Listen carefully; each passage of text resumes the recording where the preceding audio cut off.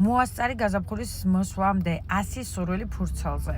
მოგეხსენებათ არის კორიდორის დაბნელება, მიდის ზამთარი, მოდის გაზაფხული და ეს არის საუკეთესო პრაქტიკა და ყოველდღიურად ან კვირაში ერთხელ თუნდაც შეგიძლიათ თვალი გადაავლოთ თქვენ სურვილებს. რა დაგგვჭირდება?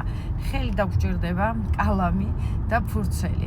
4 სფეროთ უნდა გავყოთ ეს 100 სურვილი. პირველი უნდა იყოს დაკავშირებული თქვენ საკუთარ თავთან, თქვენს სხეულთან, საკუთარი თავის მოვლასთან, ეს 25 სურვილი. მეორე არის წარმატება, კარიერა, ფინანსები, შენაძენი, რისი შეძენა გსურთ და ასე შემდეგ. მოკლედ ყველაფერი რაც უკავშირდება სწავლას, განათლებას, კარიერას, წინსვლას და ფულს.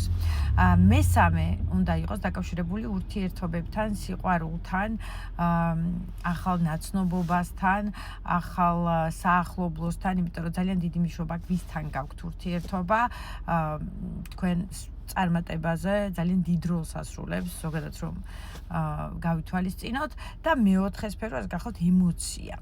აი რაღაცა თქვენი ბავშვობის თუნდაც რაღაცა გარკვეული სურვილი, რისი ახდენაც გსურთ და თან უნდა გამოხატოთ აი ეს ემოციები, როგორი ბედნიერი ხართ, რომ აი რაღაცა პირველად გააკეთე, რაც დიდი ხანია გინდოდა.